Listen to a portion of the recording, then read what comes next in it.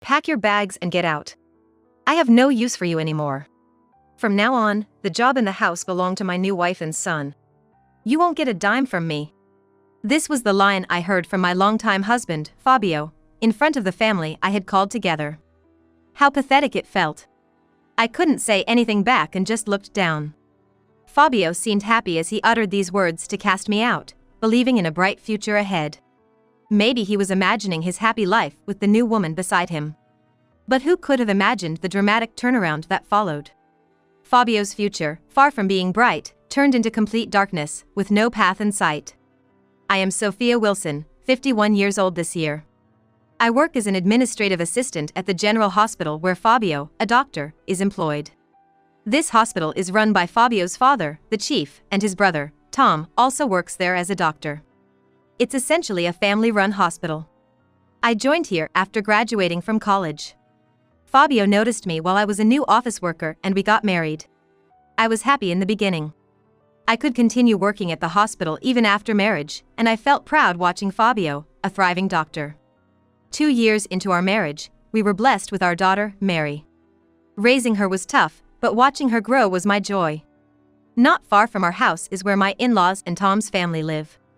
We rarely gather due to our busy schedules, but one day, my in-laws invited us over for a feast. Honestly, I'm not very comfortable around my mother-in-law. She is incredibly indulgent with Fabio. Even now, she comes to me with her worries about Fabio, and if he ever complains, I'm the one who gets a lecture from her. Today was no exception. "Sophia, you left Mary with Fabio while doing laundry this morning. Fabio is tired from his demanding job. Don't you think as a wife, you should let him rest on his days off?" "I'm sorry, Mary was fussy." "It's normal for kids to be fussy. You should have prepared in advance. Let's not sweat the small stuff. Come sit over here, Sophia and Mary." "Thank you." Usually, my father-in-law steps in and that's when the lecture ends. Fabio pretends not to hear or doesn't care, and I always wonder if this is typical for sons and their mothers. Each time, I feel frustrated. Tom and his wife, Michelle, have a 3-year-old boy. They always say how quiet and nice girls are, doting on Mary. Michelle is always bright and charming, managing well with my in-laws. She seemed so effortlessly perfect to me. For the celebration, my in-laws had prepared a gift for Mary. A cute stuffed animal, which she hugged with joy. Since they had 2 grandchildren, my father-in-law had also prepared a gift for Tom's son. A toy doctor's kit with a stethoscope, thermometer, and syringe. We all laughed at the gift. "Dad, isn't it a bit early for that? Planning to make him a doctor?" "He's my grandson, of course, he's gonna be a doctor." "Well, I have no such intention. It's just that he played doctor the other day, so I thought of this kit. My son remembered his shots from the other day. Thanks, he'll probably inject me every day now." After a lovely meal, we decided to head home as Mary fell asleep. Exchanging goodbyes at the door, Fabio muttered under his breath as we stepped outside. "So what if he's a boy?" I was startled by his angry tone, but he looked normal, so I thought I misheard and eventually forgot about it. Fabio always said, the second one must be a boy. I wanted Mary to have a sibling, so I decided on fertility treatments. Despite the time, effort, and money spent, I eventually gave up. Fabio, who complained about the cost and effectiveness of the treatments, didn't say anything when I stopped. Eventually, we stopped discussing a second child, and I thought Fabio had given up too, feeling relieved. But around that time, Fabio started to change. Even when he was home, he'd just sit silently with a troubled look, often not responding when I spoke to him. If he didn't like the menu I prepared, he'd leave without a word and eat out. He even started getting angry and calling Mary a nuisance when she cried, rather than trying to soothe her. However, he was charming as ever with everyone but me and Mary, even washing dishes with a smile when his parents visited, but ignoring his own used dishes when we were alone. My mother-in-law, clueless about the situation, would often praise Fabio, "You're so lucky, Sophia. It's rare to find a man who helps with household chores while having a demanding job as a doctor." I could only force a wry smile in response. At work, Fabio began snapping at new staff and, taking advantage of being the chief's son, started looking down on other doctors and staff. I slowly lost confidence in parenting with him. Was the man I married always like this, or has he changed? I wondered if the kind Fabio I once knew might return one day. Clinging to that faint hope, I waited. However, the hospital underwent a major transition. Fabio's father retired, and his brother, Tom, was appointed as the new chief. Fabio, being the eldest, probably expected to take over. But the decision, influenced by the board and staff's opinions, fell on Tom. Of course, in such a large hospital, the chief isn't decided solely based on my father-in-law's opinion. It was a decision made after considering the opinions of the board and the staff as well. There had been rumors about the next chief for a while. And even I, working in administration, had heard them. Realizing Fabio wasn't popular enough to be chosen, Fabio started staying out overnight more frequently. "I'll be staying at the hospital tonight," he'd say, but I knew he wasn't there. A simple inquiry with the on-call doctors would reveal the truth. I wondered if there was a woman he was desperate to see. Or if he was just mocking me. It was sad, but I couldn't even muster the energy to be angry. Since Fabio no longer ate at home, Mary and I dined alone, and I slept by myself in the large bedroom. Rumors of Fabio being seen frequently with the head nurse reached my ears. At first, I pretended not to hear, but after hearing it several times, I couldn't stay silent. When I asked him to stop staying out, he just gave non-committal answers and brushed me off. I wondered if he wanted a divorce, but it seemed he wasn't ready to make that decision either. He was a selfish father, but he probably still cared for Mary. Tom's family and my in-laws always treated Mary with love and care.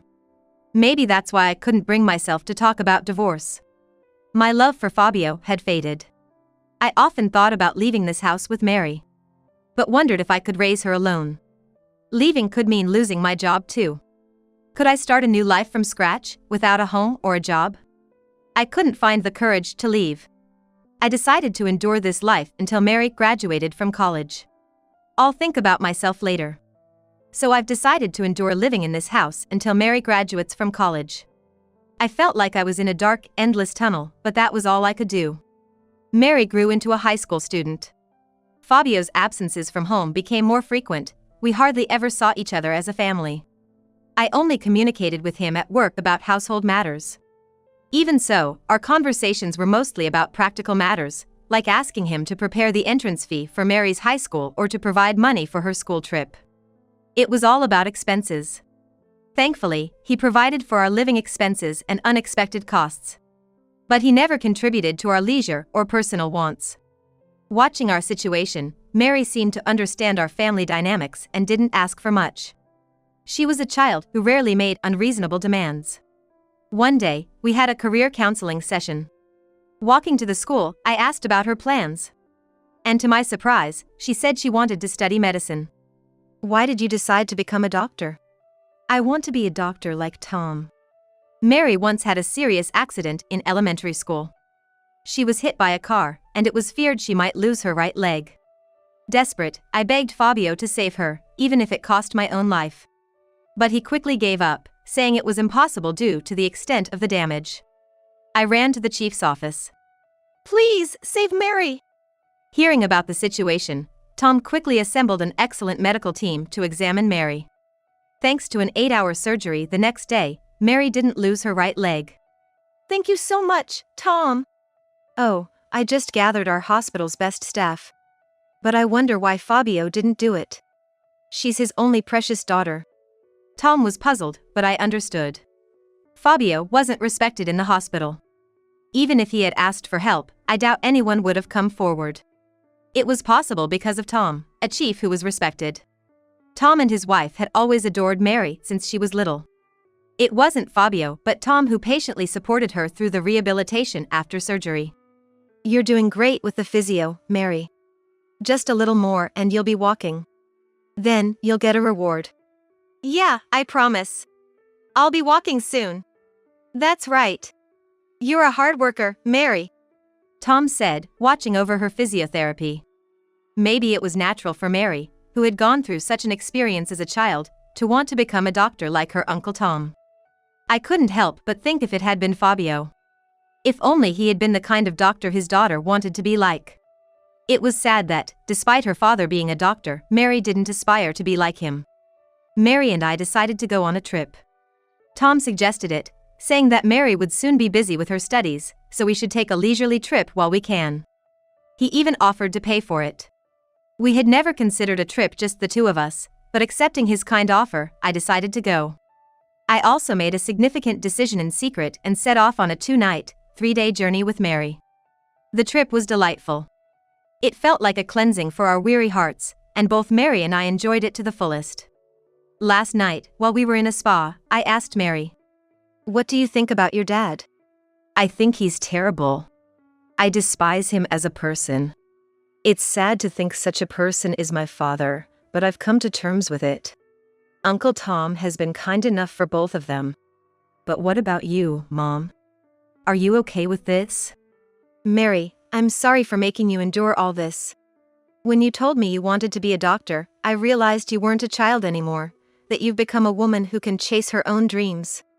I was relieved and happy. From now on, I won't hold back either. Just like you're chasing your dreams, I'll firmly walk my own path in life." "What are you thinking about, Mom?"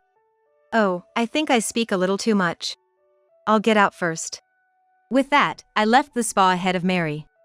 On the last day of our trip, we planned to sightsee until around 3 p.m. and then take the evening flight home. However, I complained of a headache and decided to return earlier after a quick breakfast. Mary wanted to come back with me, but I told her, "You should enjoy yourself a bit longer." "I'm fine, it's probably just menopause." So, I left Mary at the destination. She could enjoy some time alone at a cafe and take the planned flight back later. I didn't worry about her. I don't want to waste Tom's kindness. Let Mary enjoy herself till the end. And get a souvenir for Tom. Mary seemed puzzled but agreed, staying behind as I had said. Thanks to my hurry, I arrived home before 10 a.m. The front door was locked. Now the real game begins. I muttered to myself and unlocked the door. Inside, I saw Fabio's shoes and an unfamiliar pair of women's shoes. Confirming my suspicions, I went further into the house and stood in front of Fabio's room. Taking a deep breath, I opened the door with force. To my shock, there was Fabio and the head nurse, asleep in bed. I screamed and quickly grabbed my phone, dialing 911. "My husband has collapsed. Please come quickly." At the same moment, Fabio slammed the door shut on me. I could hear them hastily getting dressed inside. I made another call. This time to Tom. It's terrible. I returned from our trip to find my husband collapsed in his room. Please come quickly. Without waiting for Tom's reply, I hung up and sat on the sofa, waiting for everyone to arrive. After a while, Fabio came out of the room in a rush, wearing his clothes haphazardly. "What on earth did you call for?" "Oh, are you okay? I thought you had collapsed, so I called an ambulance and the chief. They should be here any minute. You better stay in bed." Before I could finish, someone knocked at the door. It was Tom and his wife, my in-laws, and the paramedics. "What happened? I heard Fabio had collapsed. Is Fabio all right? What happened?" My in-laws asked, concerned. "No, it's not like that. This is a mistake." Seeing their faces, Fabio turned pale. As the paramedics entered, asking, "Where's the person who collapsed?" "Here. He's in this room." I led them to Fabio's room and opened the door wide. There was the head nurse, Michelle. She was properly dressed, but it was obvious why she was in Fabio's room on a weekend morning. "Why is Michelle here? Fabio, what on earth are you doing? I can't believe this. What happened? Who collapsed? Who is this woman?" Fabio hung his head, unable to answer. "So, there's no patient?" "I'm sorry, it seems to have been a mistake. Please, you can leave." My father-in-law apologized, seeing them out the door. Once the paramedics left, our discussion, including Michelle, began. "First, Fabio, explain the situation." Fabio was silent, but upon hearing his father's words, he suddenly looked up, glaring at me. "What have you done? To gather everyone like this, and to call an ambulance, no less. We are a hospital family. What will people say if a doctor's family mistakenly calls an ambulance? This will spread as a rumor and disgrace our family. Yes, Sophia is to blame. Jumping to conclusions like this. Nobody collapsed, and if rumors start because of this, what will you do?" "Enough." Fabio, you are the cause of this situation. You should be the one apologizing and explaining. I'm very sorry for causing such a disturbance, I said. Fabio seemed to calm down a bit. I regret that it has come to this, but I was going to tell you all eventually. I'm going to be with Michelle. She's pregnant with my child, and it's a boy. A boy? That's wonderful. Are you sure it's Fabio's child? What about Sophia and Mary? Mary can stay here if she wants. Michelle can take the mother's role. As for Sophia, she needs to leave. He said coldly. You're the one to blame for not being able to have a boy. If a boy is coming, then Sophia should leave. Fabio always wanted a son. That's too harsh. Think about Sophia. It's okay. I knew Fabio had another woman. Pack your bags and leave. I have no use for you. The job and the house will belong to my new wife and son. You won't get a dime from me. If you had had a boy sooner, none of this would have happened. If I had a son, I would have been the chief. The only difference between Tom and me is that he has a son. Everyone gasped at Fabio's words. So he blamed me for not becoming the chief. Fabio, that's not true. My father-in-law spoke quietly. It's true Tom has a son, but that's not why. So what? I'm the eldest son. It's your attitude, blaming others and not reflecting on yourself. Disrespecting the staff and new doctors. People won't follow a leader like that. What if I had a son and Tom only had a daughter? Would you have made me the chief? No, even then, I would have recommended Tom. Unless you change, you can't lead. Even if you were my only child, I wouldn't have chosen you as chief. I would have chosen someone else. Fabio turned red with anger, trembling. The fist at the end of his arm, which hung by his side, was tightly clenched, trembling minutely, while his shoulders were tensed and his eyes bloodshot. How can it be my fault I didn't become the chief? Fabio, it's okay. You are a fine doctor.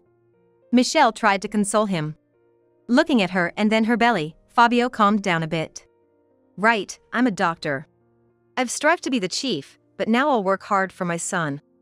That's right, we should just focus on doing our best in this house. I felt a sharp pain in my heart, realizing how much Fabio cared for the child in her belly. No, we can't just go along with what Fabio says. It's too selfish. We have to consider Sophia and Mary too. Tom, just stay out of this. This is about my child. You already have a son, and because of him, you became the chief. I should have been the one to take over, but you took my place. But that's fine. Now I will have my own son. My son will be the chief after you. I will reclaim the position you took from me through my son. Sophia is just in the way now. For my son's future, she needs to leave. I'll give her some severance pay, and she can just take that and go. What are you talking about, Fabio? Don't you know? Sophia is now the administrative head and also a board member. We can't just make her resign because of our own convenience. Office manager? Board member? Sophia? What do you mean? Fabio, you haven't been home, so there was no chance to tell you, but about 3 years ago, I became the office manager and also a board member of the hospital. I participate in the hospital's critical personnel decisions. When did this happen? As long as you keep looking down on others like that, you'll never become the chief.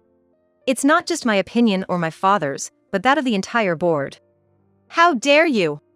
Sophia was recommended to be a board member because she is diligent and sincere. Now, many people in the board listen to Sophia's opinions. Even if you make a fuss, she's not someone who can be easily dismissed from her job. In fact, if they find out about today's incident, it could be more than enough reason for you to be advised to resign. When did all this happen? Are you saying I could be fired because of you? Come on, Fabio, even if she's acting all high and mighty as the administrative head, she's still just office staff. Doctors are definitely more important. If we can't fire her, let's just keep her employed. Once our son is born, we can run the hospital however we want. What are you thinking? I thought you were a competent head nurse, but do you lack compassion? I have been living my life earnestly too. I've struggled so much, so it's only fair I have high hopes. Besides, the child in my belly will be your grandchild or nephew. Isn't it natural to raise him in this house to be a distinguished doctor? Yes, let's think about the boy first. He might be the important heir. Be quiet. Fabio's father interjected, initially angry with his wife. But when Michelle mentioned the unborn child, he couldn't be as stern with her. The child is innocent. But Michelle's approach is too harsh. Michelle, I'm sorry, but we need a DNA test. Why? Why would you say that?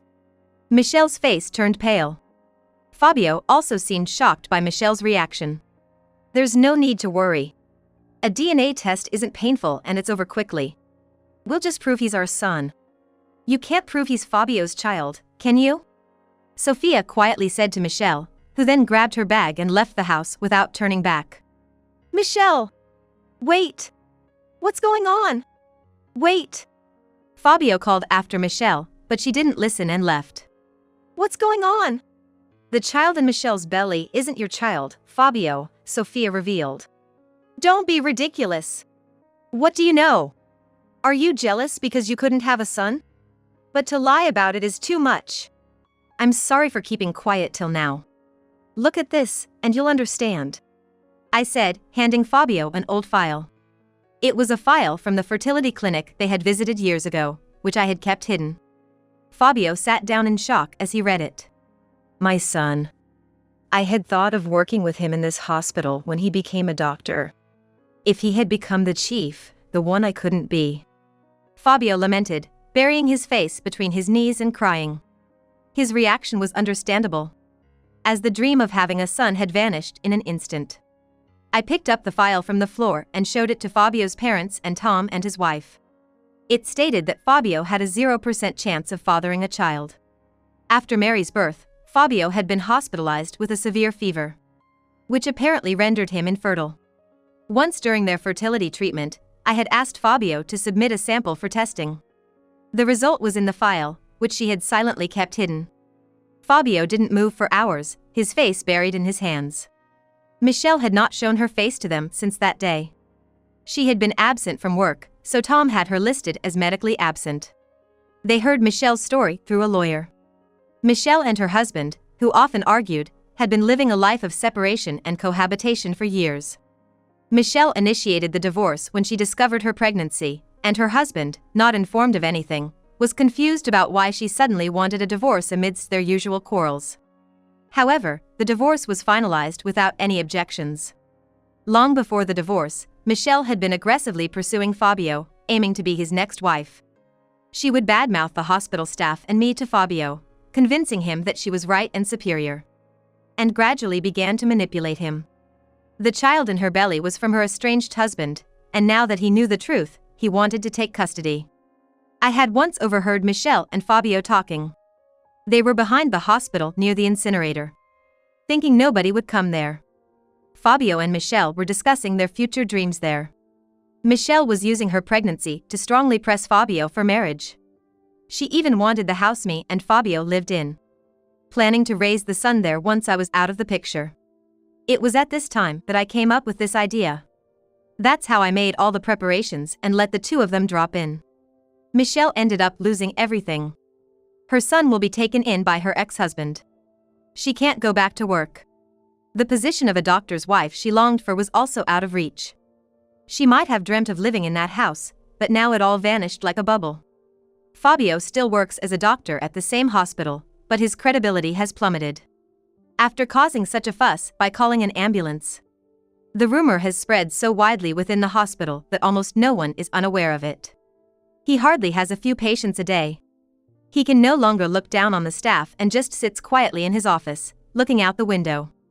Now, I live with Mary in a condo located 10 minutes on foot from the station, in a green area. Mary, who successfully got into medical school, is enjoying her busy yet fulfilling college life. I quit my job at the previous hospital and took a similar administrative position at a new hospital. It's a hospital recommended by my father-in-law, close to our condo, and I am very satisfied with it. Since the directors are friends, Tom occasionally visits my workplace. He always brings high-end sweets, making him very popular among the office ladies. Whether it's his plan or just a coincidence, these sweets have helped me, a woman who switched jobs after 50, become more approachable to my colleagues. I am grateful for that. One day, as usual, Tom visited my workplace. After talking briefly with the director, he popped into my office. We decided to take a walk to the hospital gate during my break. As we walked, Tom asked me in a low voice, "Why did you call the ambulance and me that day? You didn't really think my brother had collapsed, did you?" I actually knew everything. Michelle was pregnant and Fabio was overjoyed thinking it was his child. That they were planning to kick me out soon and live together in that house. You knew all that? Fabio was never good at keeping secrets. One can't get away with wrongdoing, huh? Wait, did you set up a trap by pretending to go on a trip? Instead of answering, I just smiled at him. See you later, I said and started walking my own way.